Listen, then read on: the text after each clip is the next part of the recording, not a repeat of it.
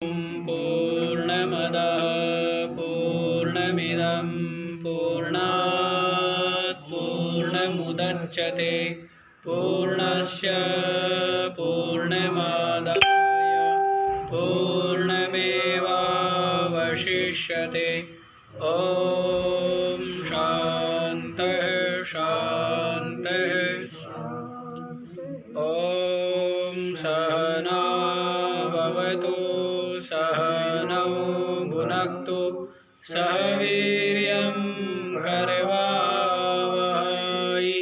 तेजस्विनावधीतमस्तु मा विद्विषावहै। ॐ शान्तः शान्तः। हाँ जी, तो क्या बतलाया गया है? बतला दिया गया है कि आत्मा केवल अकर्ता है, कर्ता नहीं है। और जिसका कर्म में अहंकृत भाव नहीं है और जिसकी बुद्धि फल में आसक्त नहीं है, वो इस संपूर्ण लोकों की प्राणियों की हत्या करके भी न हंति न निबध्यते। वास्तव में वो किसी का भी हनन का कर्ता नहीं है, हनन करने वाला नहीं है, क्योंकि वो अकर्ता है और इस कारण से वो फल से भी नहीं बंधता है। तो इस प्रकार से और ज्ञान, ज्ञेय और ज्ञाता ये कर्म के प्रेरक हैं। क्या बतलाए गए हैं? कर्म के प्रेरक बतलाए गए। और कर्म, कर्ता और करण ये क्या बतलाए हैं? ये कर्म के संग्राहक बतलाए गए। और ज्ञान, कर्म और कर्ता भी गुणों के वेत्ता लोग गुणों के भेद से तीन प्रकार के कहे गए हैं। सात्विक, राजसिक और तामसिक भेद से ज्ञान, कर्म और कर्ता इनके कितने भेद हैं? तीन भेद है। तो उसको आज आप लोग श्रवण करें। 20वां श्लोक है। सर्वभूतेषु येनैकं भावमव्ययमीक्षते अविभक्तं विभक्तेषु तज्ज्ञानं विद्धि सात्विकम्। सर्वभूतेषु येन एकं भावम् अव्ययम् ईक्षते अविभक्तं विभक्तेषु तज्ज्ञानं विद्धि सात्विकम्। विभक्तेषु सर्वेषु भूतेषु, विभक्त जो संपूर्ण भूतों में, क्या जो विभक्त है, भिन्न भिन्न दिख रहे हैं उपाधि से, तो विभक्त सर्वभूतेषु, विभक्तेषु सर्वभूतेषु, विभक्त संपूर्ण भूतों में, ये न माने जिसके द्वारा, जिस ज्ञान के द्वारा, एकम अविभक्तम भावम अव्ययम ईक्षते, जिस ज्ञान के द्वारा एक ही आत्मा अविभक्त रूप अव्यय अविनाशी ईक्षते माने देखता है, जिस ज्ञान के द्वारा, तद ज्ञानम सात्विकम विद्धि, उस ज्ञान को क्या जानो? सात्विक ज्ञान जानो। भिन्न भिन्न जो उपाधियां है, इन विभक्त संपूर्ण भूतों में, भूत रूप उपाधियों में, जो जिसके द्वारा, जिस ज्ञान के द्वारा एक अविनाशी जो तत्व है, उसको जो जिसके द्वारा देखता है, वो जो ज्ञान है वो सात्विक ज्ञान। समझ आया? कि जैसे संपूर्ण उपाधियां है, शरीर है, भिन्न भिन्न विभक्त है, अलग अलग दिख रहे हैं स्पष्ट ही, लेकिन इन सभी भूतों में आत्मा एक ही अविनाशी आत्मा को जिस ज्ञान के द्वारा दे, तो सब में आत्मा को देखना, सब में परमात्मा दर्शन करना, ये क्या है? सात्विक ज्ञान है। ये क्या है? सात्विक ज्ञान। ये सुंदर बात, क्योंकि ये जो ज्ञान है यही यथार्थ ज्ञान है, और ये जो ज्ञान है यही वास्तव में मुक्ति का हेतु, कल्याण का हेतु। और बाकी जो ज्ञान बतलाएंगे रजोगुण है, राजसिक और तामसिक, वो तो बांधने ही वाले, बंधन में डालने वाले। तो जिस ज्ञान के द्वारा विभक्त इन भिन्न भिन्न सब भूतों में एक अविभक्त, अविभक्त माने एक ही, व्यापक, एक ही, ये नहीं इसमें आत्मा अलग, उसमें आत्मा अलग, उसमें आत्मा अलग, ऐसा नहीं है। सब में आत्मा अलग अलग देखना, तो ये क्या है? ये सात्विक ज्ञान नहीं होगा। अविभक्तम, जैसे जितने भी यहाँ घड़े रखे हुए हैं, उन समस्त घड़ों में जो घटाकाश है वो एक ही है। आकाश जो है वो एक ही है, घटाकाश नाम पड़ गया, अन्यथा आकाश सब में एक ही। जैसे अनेकों दर्पण रखे हुए हैं और उनमें सूर्य जो है वो भिन्न भिन्न उनमें प्रतिभास हो रहे हैं। सूर्य क्या है? भिन्न भिन्न दिख रहे हैं, लेकिन एक ही सूर्य है। सूर्य कितने? एक ही सूर्य भिन्न भिन्न उपाधियों में दिख रहा है, लेकिन है क्या? एक। तो वैसे ही एक ही आत्मा समस्त भिन्न भिन्न उपाधियों में भास रहा है, अन्यथा है वो एक ही अविनाशी, व्यापक है, ब्रह्म। ये यथार्थ ज्ञान है। तो जिस ज्ञान के द्वारा विभक्त संपूर्ण भूतों में एक अविभक्त अविनाशी तत्व को देखता है, जिस ज्ञान के द्वारा, वह जो ज्ञान है सात्विकम विद्धि, उस ज्ञान को सात्विक ज्ञान जानो। क्या जानो? सात्विक। यही यथार्थ ज्ञान है। और जो राजस तामस द्वैत, ये हुआ अद्वैत दर्शन। ये क्या हुआ? अद्वैत दर्शन हुआ। और ये राजस तामस जो ज्ञान है वो द्वैत दर्शन है। क्या है? द्वैत दर्शन है। राजस का सुन लो, राजस किसका ज्ञान कौन सा है? तो देखो, पृथक्त्वेन तु यज्ज्ञानं नानाभावान् पृथग्विधान् वेत्ति सर्वेषु भूतेषु तज्ज्ञानं विद्धि राजसम्। पृथक्त्वेन तु यत् ज्ञानं नानाभावान् पृथग्विधान् वेत्ति सर्वेषु भूतेषु तत् ज्ञानं विद्धि राजसम।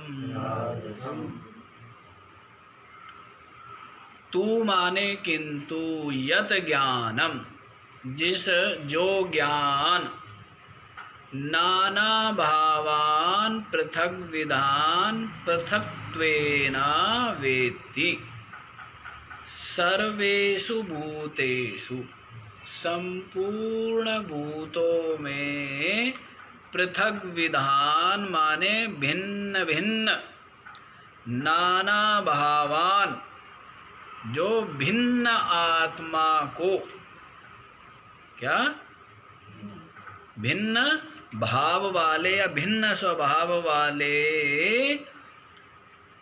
आत्मा को, तो भिन्न भाव से भिन्न स्वभाव से पृथक्त्वेन वेत्ति, भिन्न ही जानता है, प्रत्येक शरीर में अलग अलग ही जो जानता है। संपूर्ण भूतों में जो पृथक विधान भिन्न भिन्न जो भूत समुदाय है, इनमें नाना भावान नाना स्वभाव वाला आत्मा को पृथक्त्वेन वेत्ति, जो पृथक रूप से जानता है, जो पृथक रूप से जानता है।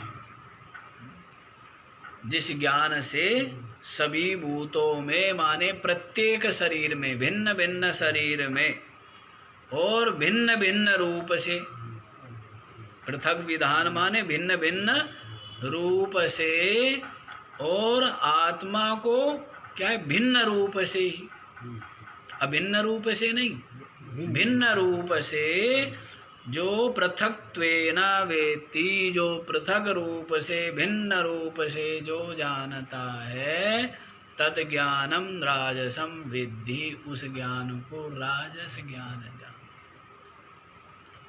है।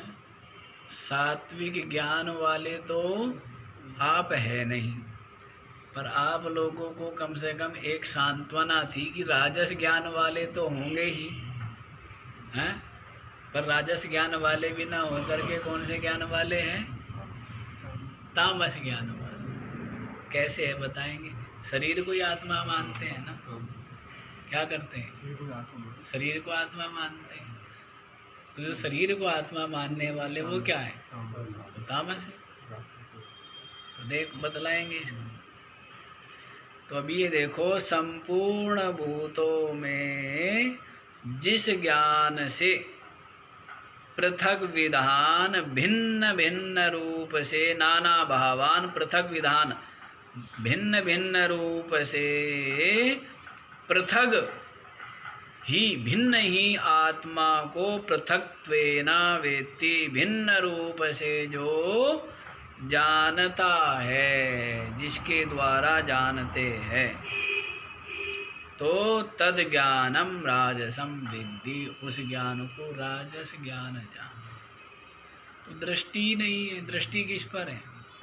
शरीरों पर, आत्मा पर दृष्टि वो तो उनकी ही है ना। थोड़े बहुत लोग जो सत्संग प्रेमी है, सत्संग से जिनकी थोड़ी सी जो अविद्या है वो थोड़ी क्षीण हो गई है, वे जानते हैं कि नहीं, शरीर आदि से अलग आत्मा नाम की वस्तु है। अन्यथा सब क्या मानते हैं? बस शरीर ही है जो कुछ है, जो कुछ है सो शरीर ही है। ऐसे ही मिलेंगे आपको ये नास्तिक कम्युनिस्ट लोग, और जो और भी कर रहे हैं वो भी नास्तिकता में ही आएंगे, तामसिकता में ही आएंगे। जो भी शरीर मात्र को ही आत्म भाव रखने वाले हैं वो तामसिक में ही आएंगे। तो सात्विक ज्ञान तो क्या है? जिस ज्ञान के द्वारा सभी भूतों में अविभक्त रूप से एक ही अविनाशी आत्मा को जो देखता है, जो देखना है, वह जो ज्ञान है, वह ज्ञान सात्विक बतलाया कि एक ही आत्मा संपूर्ण भूतों में अविभक्त रूप से समाया, सब में समाया। और जो भिन्न भिन्न शरीर में भिन्न भिन्न ही आत्मा को जो देखना है, वो कौन सा ज्ञान है? राजसिक। ठीक है, तीसरे वाला भी सुन लीजिए।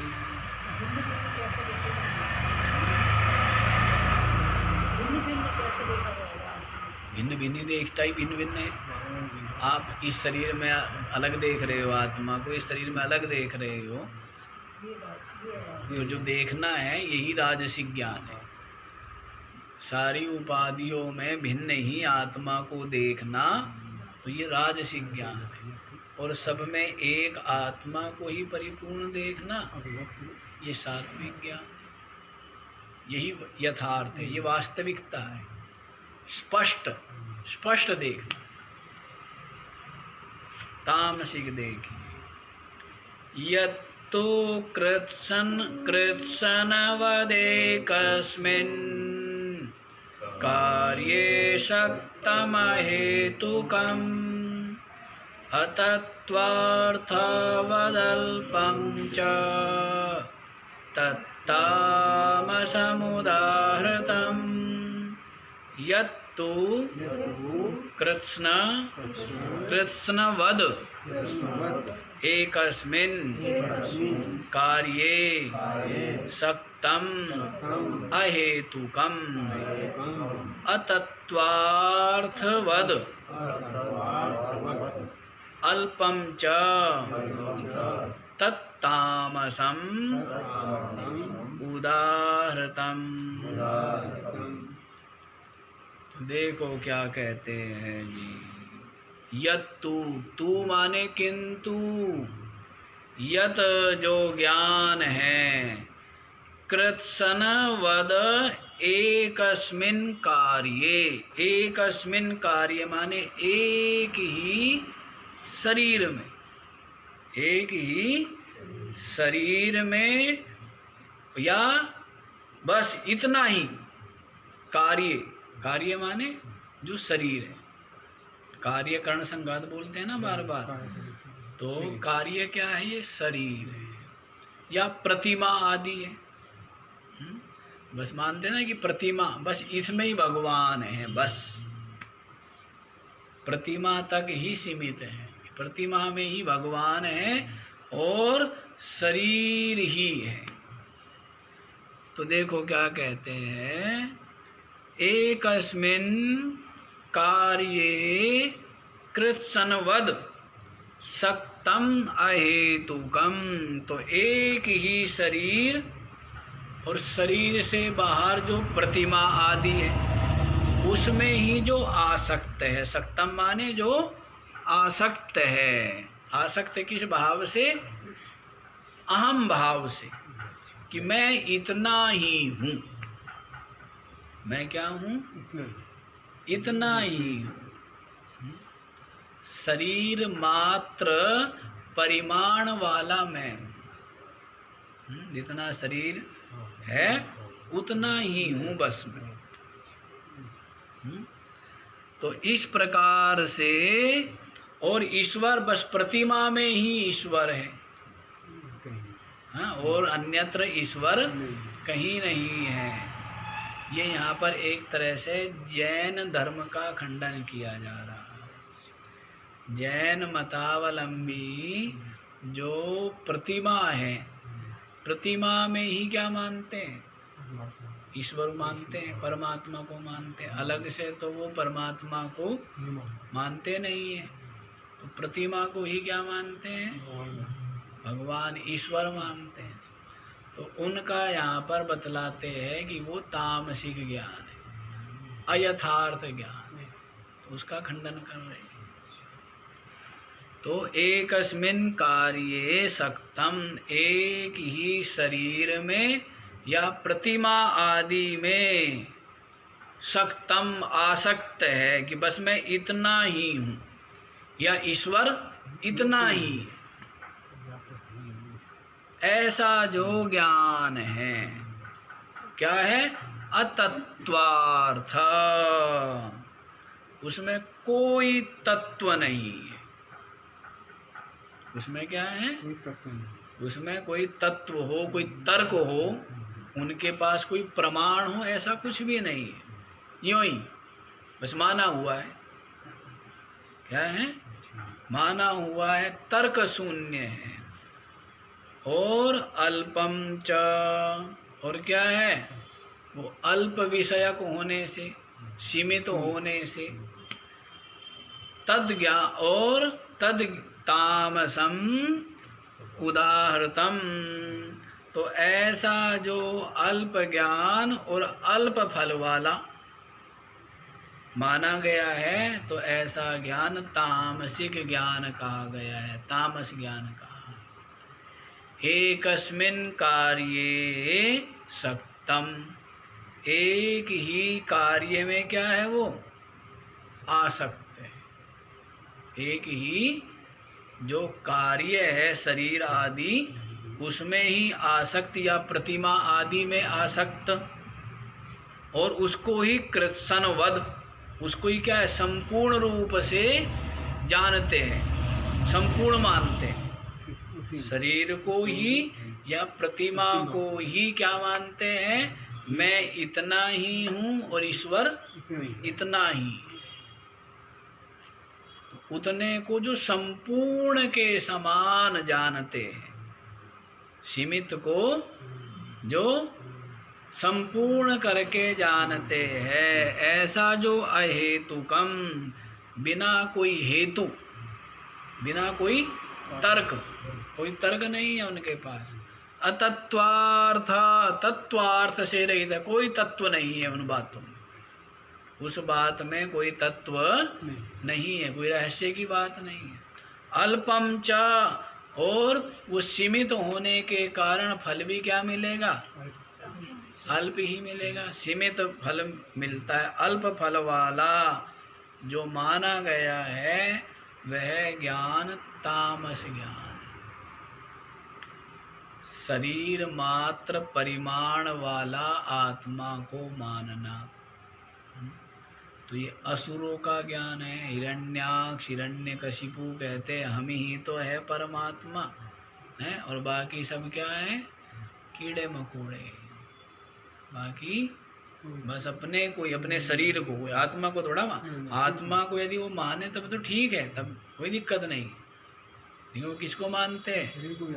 शरीर को ही आत्मा मानते हैं। ब्रह्म, मैं ही परमात्मा, क्योंकि मैं शक्तिशाली हूँ, क्योंकि मेरा ही क्या है? अनुशासन चलता है, क्योंकि मेरी ही आज्ञा का पालन होता है।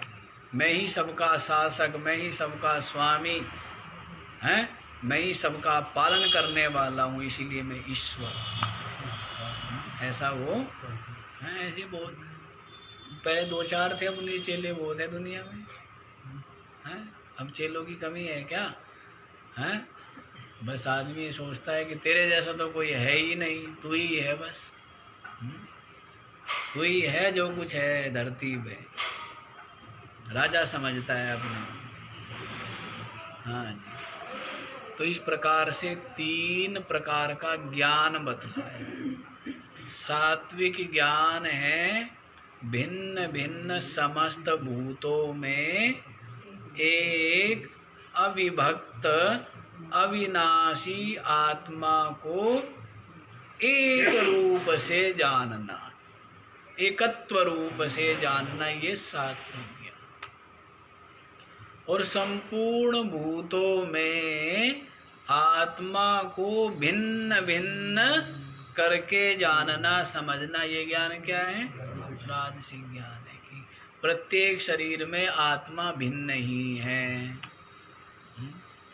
वो आता है ना कि जीवात्मा परमात्मा चेती तो तत्र परमात्मा एकमेवा, और आत्मा के लिए बोल दी जीवात्मा प्रत्येक शरीरा भिन्ना, ऐसे करके बोलते हैं कि प्रत्येक शरीर में जीवात्मा तो क्या है, भिन्न ही है।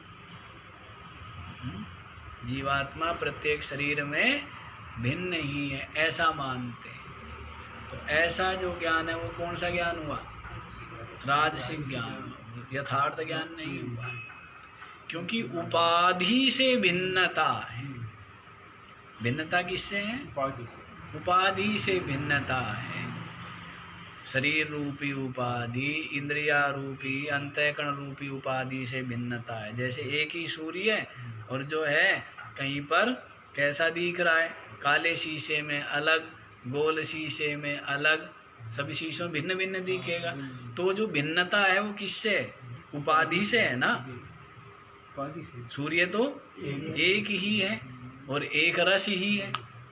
तो वैसे ही आत्मा जो है वो एक व्यापक है और अंतःकरण रूपी उपाधि से क्या है, वो जीवात्म भाव आपन्न हो गया, जीव भावापन्न अपने को मान लिया है उपाधि के कारण से।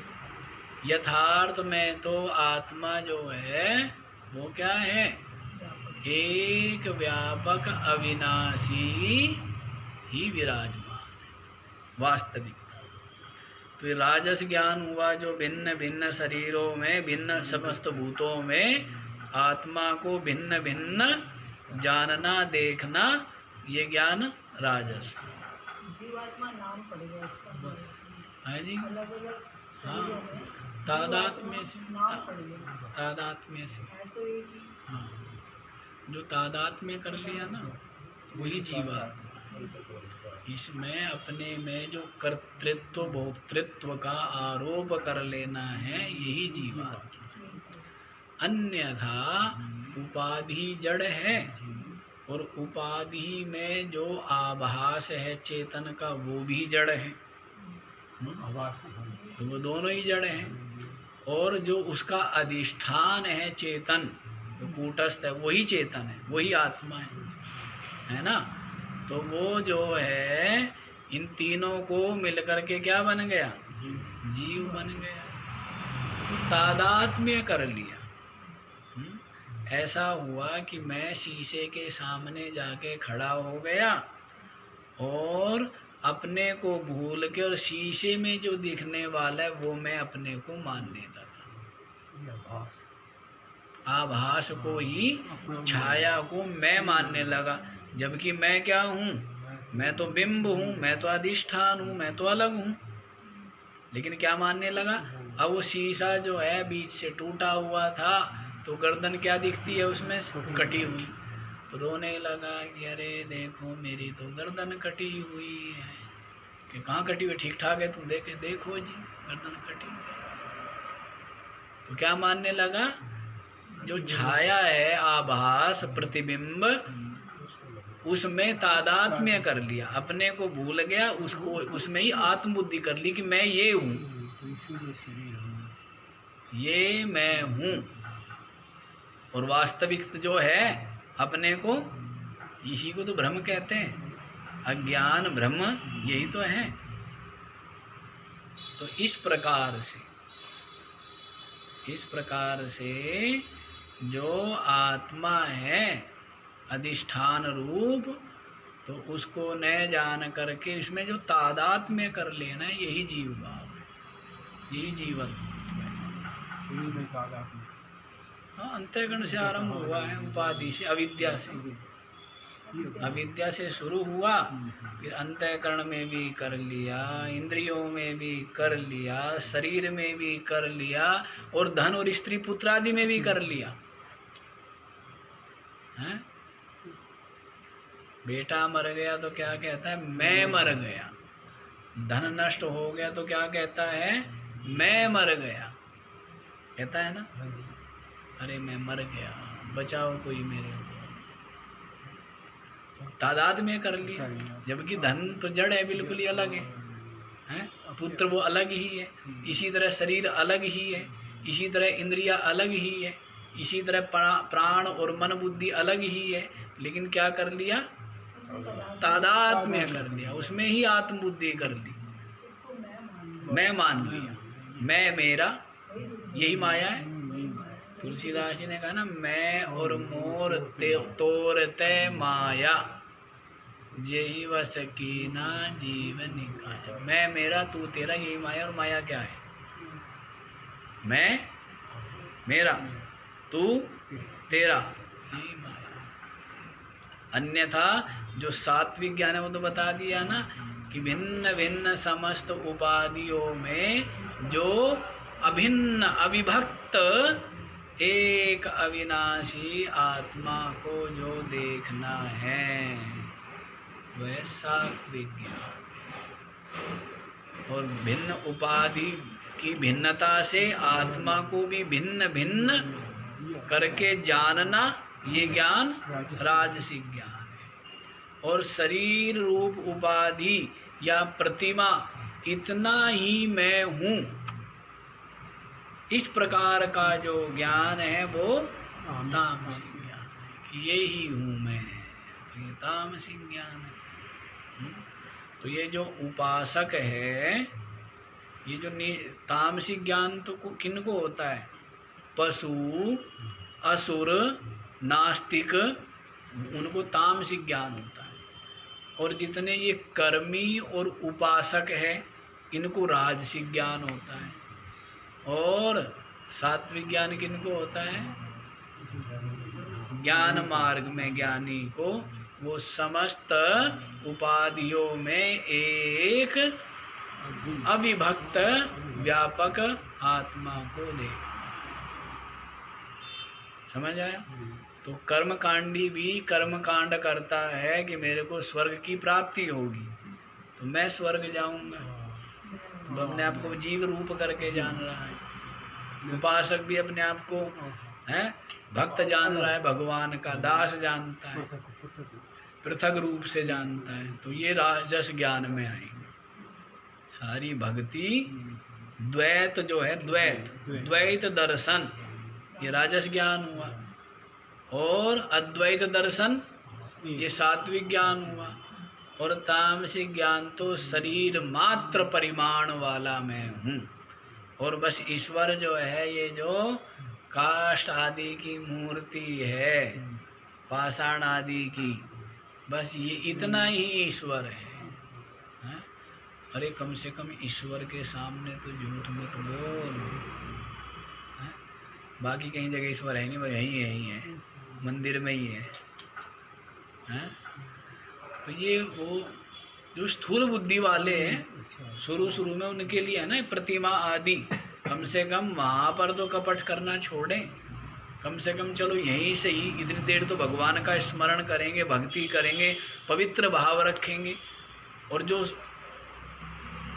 सज्जन है, विवेकी है, वो तो हर समय सात्विक भाव रखेगा, क्योंकि वो तो जानता है कि मलिन भाव का परिणाम क्या है। मलिन भाव का परिणाम है पतन। आपके भाव को किसी ने देखा है नहीं देखा है, उससे क्या फर्क पड़ता है। आपका भाव मलिन है तो पतन हो गया ना, स्वरूप से पतन हो गया है। विकार घुस गए चित्त में, मलिन विचार है, मलिन भाव है, तो क्या हुआ, परमार्थ से आप गिर गए। उत्थान भी यदि आपके श्रेष्ठ भाव है, निर्मल भाव है, उन्नत भाव है, उन्नत विचार है, आपका ही उत्थान है। और आपके विचार निकृष्ट है, आपका भाव निकृष्ट है, दूषित है, तो पता नहीं किसका है।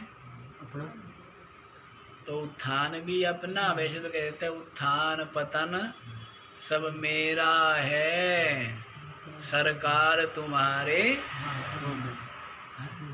पर उत्थान पतन अब मेरा है, सरकार मेरे हाथों में। किसके हाथों में? वो भगवान मेरी तरफ से कह देता है क्या, उत्थान पतन अब तेरा है, मूर्खानंद तेरे हाथों में। किसके हाथों में है? उत्थान पता नहीं किसके हाथ में है, खुद के हाथ में है ना। अब विचार दूषित रखे, आचरण दूषित करे, मलिन भाव मलिन विचारो दूषित हो तो किसके हाथ में है? तो पता नहीं किसका है। और उन्नत भाव, उन्नत विचार, श्रेष्ठ भावना है, किसका उत्थान है? अपना ही उत्थान। हाँ? वो कहते हैं ना कि क्या बोलता है कि ये लोग आरती गाते हैं ना, बोलते हैं कि काम क्रोध कुछ ऐसे बोलते हैं ना, अरे ओम जय जगदीश हरे, तो उसमें बोलते हैं हाँ, मैं मूरख खल कामी कृपा करो भरता। तो कोई ये गा रहा था, वो लक्ष्मण दास जी महाराज थे ना, वो कहने लगे कमक्खत कहाँ रह गया था तू है? जब भगवान सब पे कृपा कर रहे थे, कमक्खत कम वक्त तू कहाँ रह गया था? हैं? मैं मूरख खल कामी, तो छोड़ दे मूर्खता। और वो तो भगवान को भी वो बनावे क्या, उसको बहकाता है। बड़ा आश्चर्य है दुनिया का। जैसे जो मूर्ख बालक है ना, छोटे से बालक, वो किसको बहका रहा है? अपने दादा को। देखा भी होगा आपने कि छोटे छोटे बालक क्या करते हैं। ये संसार में बड़ा विचित्र नियम है। मूर्ख व्यक्ति इसको उल्लू बनाने का प्रयास करते हैं सदा, समझदार को, बुद्धिमान को ये नहीं पता, उसको सारा पता है। तो जो भगवान को मानते हैं वे किसको धोखे में रखना चाहते हैं? भगवान को। भगवान को बहकाना, जिसको सारा पता है उसको बहकाना चाहते हैं। वो जानता नहीं कि मेरा आगे कह ही तो रहा है ऊपर ऊपर से। यदि कोई अरे मूर्ख ही दारा, अरे खली दारा, अरे कामी दारा, तब कहेगा मेरे को मूर्ख किसने कह दिया? भाई तू ही कह रहा था अपने आप को कि मैं मूर्ख, मैं खल, मैं कामी, तू ही तो कह रहा था। भगवान क्या कह रहा है? हमने तो नहीं कहा तेरे को, तू ही कह रहा है कि मैं मूर्ख खल कामी, तो इसका मतलब मूर्ख ही दारा क्या? मैं तो कह ही तो रहा था, मैं मूर्ख क्यों होता? मैं तो धरती का सबसे बुद्धिमान आदमी हूँ। तो ये हमने देखा है। ऐसी महात्मा को मूर्ख समझते हैं लोग, जैसे भगवान को मूर्ख समझते हैं ना कि भगवान को बहका लेंगे, ऐसे हमें बहकाते दुनिया। वो बात अलग है कि हम बहक जाते हैं, मतलब बहक जाते हैं कि ठीक है उसकी रख लेते हैं कि हाँ भाई उसने हमें बहका लिया। वो भी खुश हो जाता है कि हमने महाराज जी को क्या कर दिया।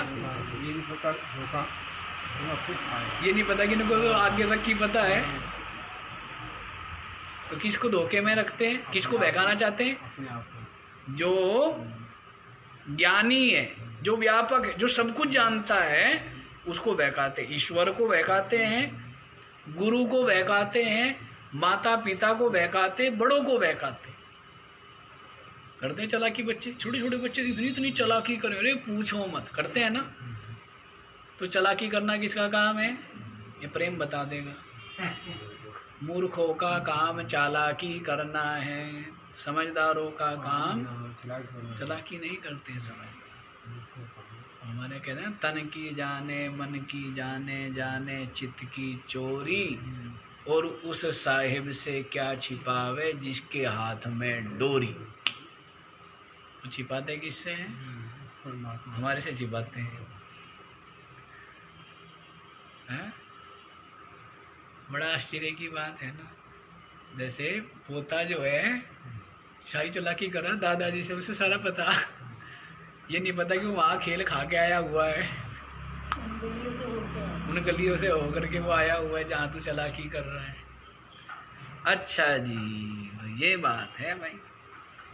तो इसलिए समझ आया कि जो तामसिक है, तामसिक ज्ञान, वो शरीर मात्र में परिमाण वाला ही अपने को मानते हैं। राजस वाले जो है प्रत्येक शरीर में भिन्न भिन्न आत्मा को जानते हैं, और सात्विक ज्ञान जो है प्रत्येक भिन्न भिन्न शरीरों में एक ही अविभक्त आत्मा को अविनाशी रूप से देखते हैं। हाँ जी, देखो सेठ जी ने बताया 13वें अध्याय का। अविभक्तम च भूतेषु विभक्तम इव च स्थितम, ये भी वहीं पर आया है। अविभक्त है लेकिन भूतेषु विभक्तम इव, जैसे एक ही सूर्य और समस्त उपाधियों में क्या है, भिन्न भिन्न सा दिखता है, भिन्न है तो नहीं। तो वैसे ही अविभक्त जो आत्मा है व्यापक, वो क्या है, विभक्तम इव, अलग अलग सा भासता है नहीं है? जैसे खरबूजा ऊपर से क्या लगता है, अलग अलग लगता है, लेकिन अंदर में एक ही है ना। ये सज्जन होते हैं, और दुष्ट जो होते हैं वो संतरे की तरह, ऊपर से एक और अंदर से कोई संबंध, अंदर से बिल्कुल अलग अलग है। और सज्जन कैसे होते हैं, खरबूजे की तरह, बाहर से अलग अलग और अंदर से एक ही। अंदर बाहर से अलग अलग व्यवहार है और अंदर से क्या है, सब में ही आत्मदर्शन। इस प्रकार से ये सात्विक, राजसिक और तामसिक ज्ञान आपको बतला दिया गया है। अब जो है कर्म बतलाते हैं, सात्विक कर्म क्या है। नियतं संगरहिता मरागद्वेषता कृतम् अफलप्रेप्सुना कर्म यत्तत् सात्विकमुच्यते। नियतं संगरहितं अरागद्वेषतः कृतं अफलप्रेप्सुना कर्म यत्तत् सात्विकम् उच्यते। नियतम, जी कर्म में कर्म क्यों बोला गया है जी, ये कर्म है, इसके आगे विसर्ग भी नहीं है, तो फिर कर्म क्यों बोला गया। वो देखना पड़ता है, संधि विच्छेद आदि। तो ये क्या होता है, जब लिखे जाते हैं तो संधि करके लिखे जाते हैं, तो शब्द को आगे वाला क्या शब्द है उसको देख करके, ये संस्कृत की व्याकरण का ज्ञान है। हाँ, तो कई जगह कर्मे है और लिखा होगा कर्म। जहाँ एक ही मात्रा होती है वहाँ भी कई बार आप जैसे कर्म है तो आप कर्म बोलेंगे। हाँ, और कई बार कर्मे होता है, मतलब फिर हमें कर्मे बोलना पड़ता है वो, और है वो लिखा हुआ क्या है, कर्म। तो वो क्या है, संस्कृत व्याकरण की वो तरीका है कि अच परे होने पर तो वो संधि हो जाती है अलग, कहीं पर यण संधि होती है, फिर वहाँ लोप हो जाता है। तो आप जैसे लोगों को क्या पता लगे कि क्या हुआ, यहाँ बहुत बड़ी घटनाएं घट गई है, आप लोगों को पता ही नहीं है, बहुत घटना घट गई है। व्याकरण भी तो कमाल ही है, व्याकरण बहुत टेढ़ा काम है। तो जब विसर्ग होगा वहाँ संस्कृत, हाँ जी, जैसे कर्म के आगे जब विसर्ग होगा हाँ तब बोलेंगे उसको कर्म। हाँ आप इसमें कर्म बोल रहे हैं तो हाँ, समझ नहीं आ रहा है कर्म, हाँ यहाँ पर कर्मा ही है। तो क्योंकि जो आगे यत आया है ना, उसके कारण से उस विसर्ग को जो है रू हो जाता है, और उसको ऊ इस तरह से करके होता है, ऊ का लोप हो जाता है। या कई बार क्या होता है, ऊ को या हो जाता है, उस या का लोप हो जाता है। ये व्याकरण का विषय है। तो व्याकरण थोड़ा पढ़ानी है आपको अभी। ये बात कई बार आ चुकी दिमाग में। बस कोई नहीं, ये तो आ चुकी तो जा भी चुकी, आप लोग नहीं समझ पाएंगे।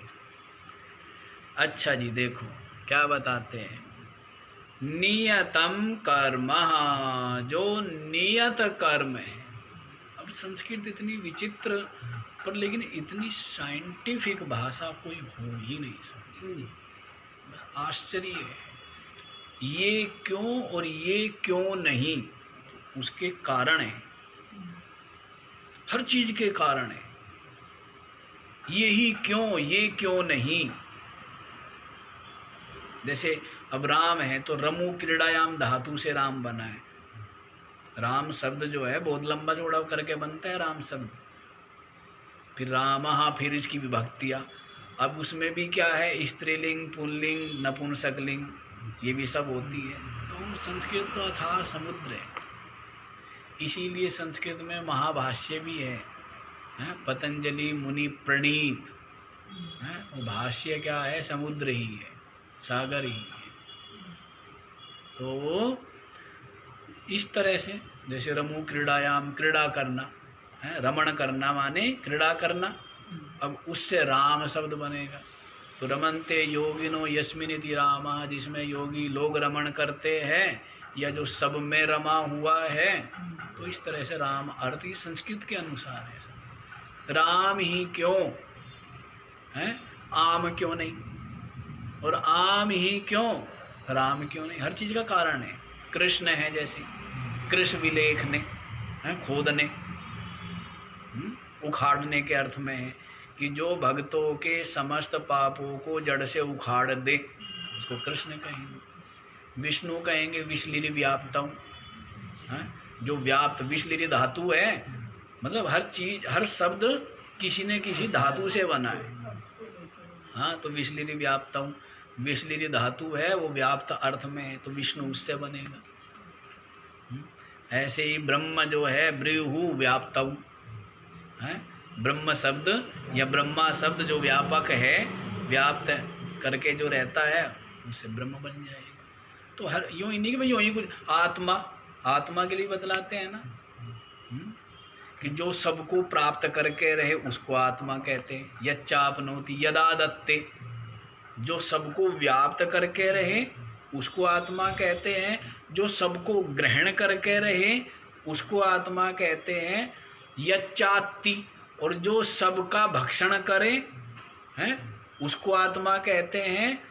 और यच्चास्ति सततः भावः, और जो जिसका निरंतर विद्यमानता रहे उसको आत्मा कहते हैं। तो यूं ही नहीं खाली आत्मा नाम रख दिया, ऐसे नहीं रखा जाता है। आत्मा शब्द कैसे बना है, इसका अर्थ क्या है, भाव क्या है, एक एक चीज। शब्द तो आत्मन है, आत्मन से आत्मा शब्द बन जाता है, प्रथमा का एक वचन। शब्द क्या है, आत्मा। वैसे शब्द जो है संस्कृत में वो कर्मन शब्द है, कर्म शब्द नहीं है, कर्मन शब्द है, कर्मन। तो अलग अलग होते हैं ये, राम की तरह इसका रूप नहीं चलेगा। अच्छा जी, यहीं पर आओ। नियतम कर्म, जो नियत कर्म है, संग रहितम, संग से रहित, आसक्ति से रहित हो करके, अराग अद्वेषतः, इस तरह से आ का जो है ना वो इस प्रकार से समास होगा। तो राग रहित और द्वेष रहित हो करके जो कृतम माने किया जाता है। नियत माने नित्य कर्म, आसक्ति से रहित होकर और राग द्वेष से रहित होकर जो कृतम किया जाता है। अफल प्रेप्सुना, और क्या है, फल की इच्छा न करने वाले, फल की इच्छा न करने वाले पुरुष के द्वारा यत् कर्म कृतम, जो कर्म किया जाता है, तत् सात्विकम उच्यते, उसको क्या है, सात्विक कर्म, उसको सात्विक कर्म। जो नित्य कर्म आसक्ति से रहित हो। शास्त्र विधि है जी, नियत को शास्त्र विधि लिखा हुआ है। नियत को नित्य कर्म के लिए शास्त्र विहित, लेकिन यहाँ पर जो है नियत कर्म नित्य कर्म के लिए हमने भाष्य में बता दिया था आपको पहले भी। ये कोई नया तो शब्द आया नहीं है, पहले भी तो आया नियत कर्म। शास्त्र विधि से हाँ वो ठीक है, वो तो वैसा ही करेंगे ना, लेकिन इनमें भी बड़ा शास्त्रार्थ होता है कि नियत कर्म क्या है और अनियत कर्म क्या है। और शास्त्र विहित तो बहुत, शास्त्र विहित तो काम्य कर्म भी है, काम्य कर्म भी तो शास्त्र विहित है। तो क्या वो नियत कर्म हो जाएंगे? नहीं। पीछे आपको बता दिया था ना, दूसरे श्लोक में 18वें अध्याय के क्या बतलाया था, वहां पर भेद किया था, काम्य कर्मों का और नियत कर्म का भेद कर दिया था। जो काम्य कर्म का जो न्यास है उसको संन्यास कहा था, और जो सर्व कर्म फल का जो त्याग है उसको त्याग कहा था। तो नित्य कर्म का अभिप्राय था वहां पर सर्व कर्म फल त्याग से अभिप्राय था। नियत कर्म जो माने नित्य कर्म है उनको फल की इच्छा से रहित तो होके करना। अब वहां पर भी बड़ा शास्त्रार्थ है, वहां पर कहते हैं कि नित्य कर्म का तो कोई फल होता ही नहीं है। नित्य कर्म का कोई फल, जो आप संध्या उपासना आदि करते हैं उसका कोई फल नहीं है, न करने का पाप है, न करने का पाप। देखो सेठ जी आगे पहुंच गए। तो नित्य कर्म को करने का जो फल श्रुति है, कहने का अभिप्राय है कि इसका जो है वेद में फल श्रुत नहीं है नित्य कर्म का, कि नित्य कर्म करने से ये फल होता है, ऐसा नहीं है। तो बस यही है कि नित्य कर्म न करने से पाप लगता है, प्रत्यवाय लगेंगे, तो यही फल हो गया, यही क्या हुआ। हाँ, और अंतःकरण की विशुद्धि हो गई। तो ये अलग अलग विषय, तो यहाँ पर यही समझिए, जो नियत कर्म माने नित्य कर्म है उनको संग रहितम, आसक्ति से रहित होकर और राग द्वेष के द्वारा प्रयुक्त न हो करके, राग द्वेष के द्वारा, कई बार राग के कारण प्रवृत्त होता है, अरे मैं तो बनाना नहीं चाह रहा था पर उसने ऐसी बात बोल दी तो इसलिए बना लिया, बना तो लिया, अब मैं परेशान हो रहा हूँ। ऐसा होता है ना, ऐसा कर लेता है व्यक्ति, राग द्वेष पूर्वक प्रवृत्ति हो जाती है और फिर दुखी होता है। तो राग द्वेष के द्वारा प्रयुक्त ना हो करके और अफल प्रेप्सुना, फल की इच्छा का, फल को न चाहने वाले, फल की इच्छा का त्याग करके जो पुरुष यत कर्म कृतम, जो कर्म करता है, तत्कर्म सात्विकम उच्यते, उस कर्म को क्या बोलते हैं? सात्विक कर्म कहते हैं।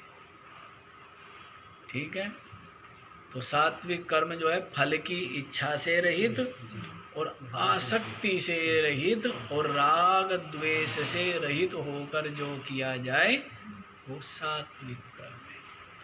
अब आप कहोगे कि जी पहले बतला तो चुके हैं, यज्ञ तप दान आदि जो है वो सात्विक राजसिक तामसिक बता चुके हो, यहाँ क्यों बतला रहे हो?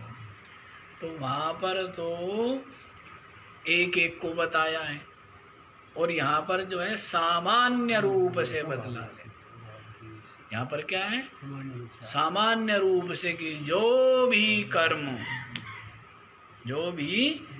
कर्म है वो फल की इच्छा से रहित, आसक्ति से रहित और राग द्वेष से रहित होके किया जाता है, वो सात्विक है।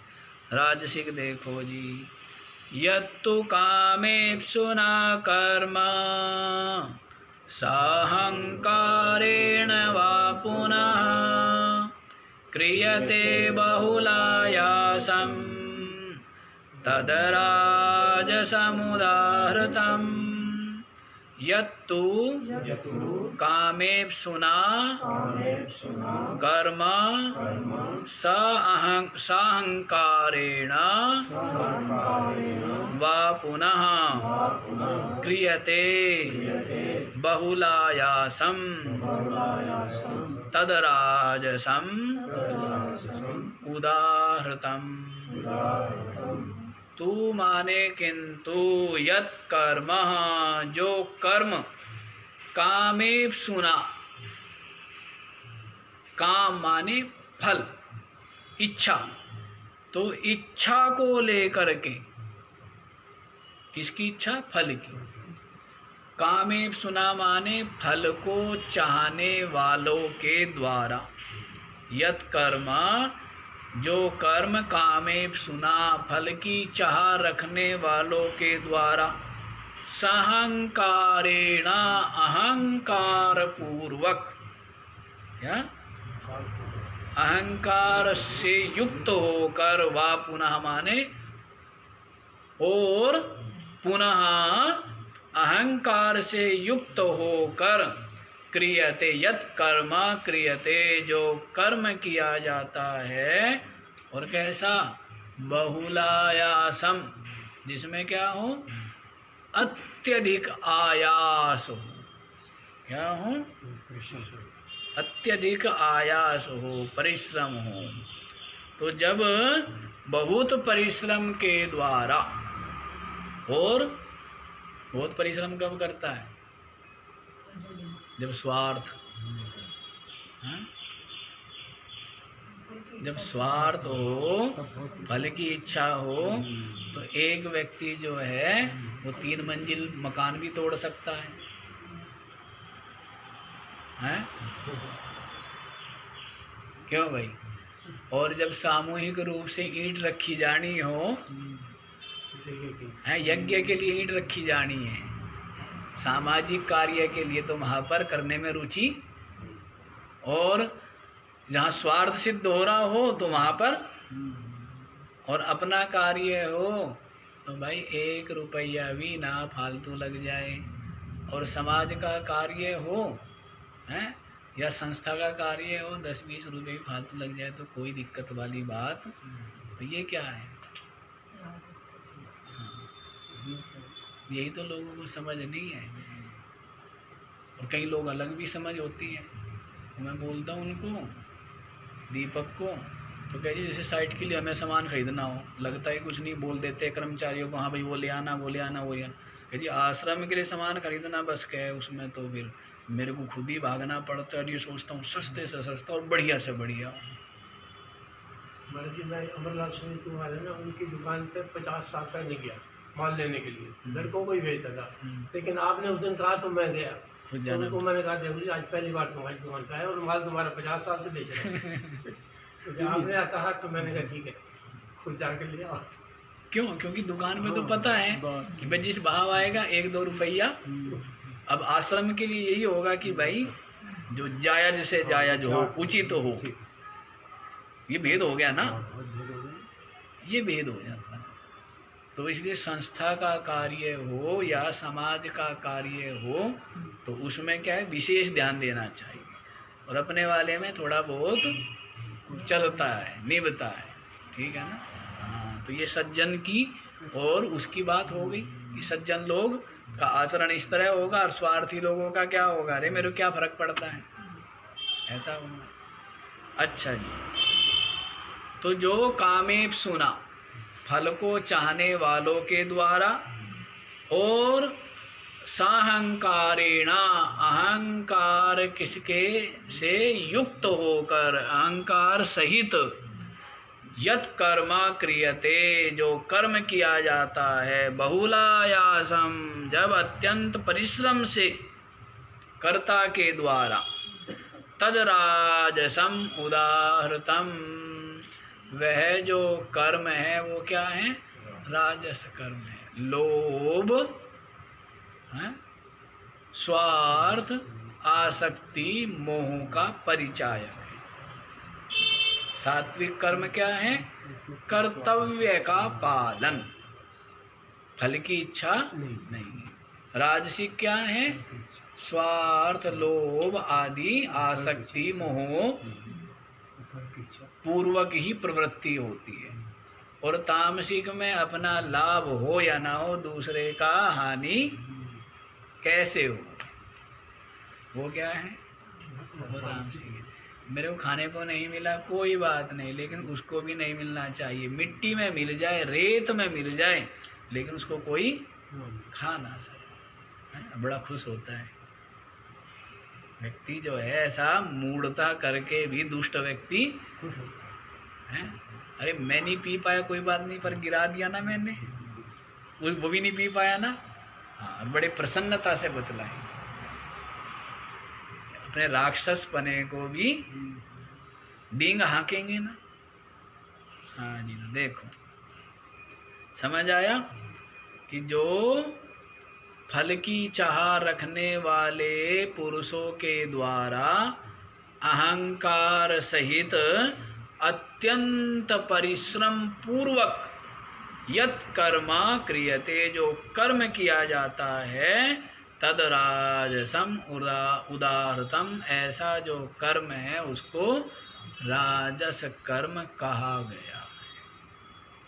राजस कर्म कहा गया। तो सात्विक कर्म करना चाहिए, वो बतला ही दिया है। फल की इच्छा से रहित होकर, राग द्वेष से रहित होकर, आसक्ति से रहित होकर जो कर्तव्य कर्म किया जाता है, नित्य कर्म किया जाता है, वो कर्म क्या है? सात्विक कर्म। ठीक है। अब तामसिक जो कर्म है इसको कल ही बतला देंगे, आज इतना ही रहने दीजिए। बाकी का विचार जो है फिर कल कर्ता भी बतलाने हैं, सात्विक कर्ता, राजसिक कर्ता और तामसिक कर्ता। वो भी व्याख्या रूप ही है ना। अब तक जो आप लोग 17 अध्यायों तक गीता श्रवण कर आए हैं, तो क्या आपने श्रवण किया था? यज्ञ सुने थे ना आप लोगों ने? क्या श्रवण किए थे? यज्ञ। तो एक तरह से ही उन यज्ञों का जो स्वरूप है उसको ही विस्तार दे रहे हैं, क्योंकि जो यज्ञ बतलाए थे तो यदि इस भाव से, कर्तव्य भाव से किए जाएंगे, तो वो जो कर्म है, वो जो कर्ता है, वो सात्विक होगा, है। वो कर्म भी, वो यज्ञ भी, वो कर्ता भी, वो ज्ञान भी सात्विक होगा। और जिसमें फल की चाह जुड़ गई और अहंकार जुड़ गया है, तो ऐसा जो यज्ञ है, ऐसा यज्ञ का जो कर्ता है, ऐसा यज्ञ रूप जो कर्म है, वो क्या हो गया? राजस हो गया। और जो यज्ञ दूसरे का अहित हो, ऐसा दंभ पूर्वक, अहंकार पूर्वक, मान से युक्त होके किया जाए, तो वो यज्ञ रूप कर्म भी, वो यज्ञ रूप ज्ञान भी, वो यज्ञ रूप कर्ता भी क्या हो जाएगा? तामसिक हो जाएगा। तो वो जो बतलाए थे अब यहाँ पर 18वें अध्याय में तो क्या है, उन सबको संक्षेप में और कहीं कहीं थोड़ा सा समझाते हुए प्रतिपादन कर रहे हैं। बाकी का विचार कल करेंगे। ओम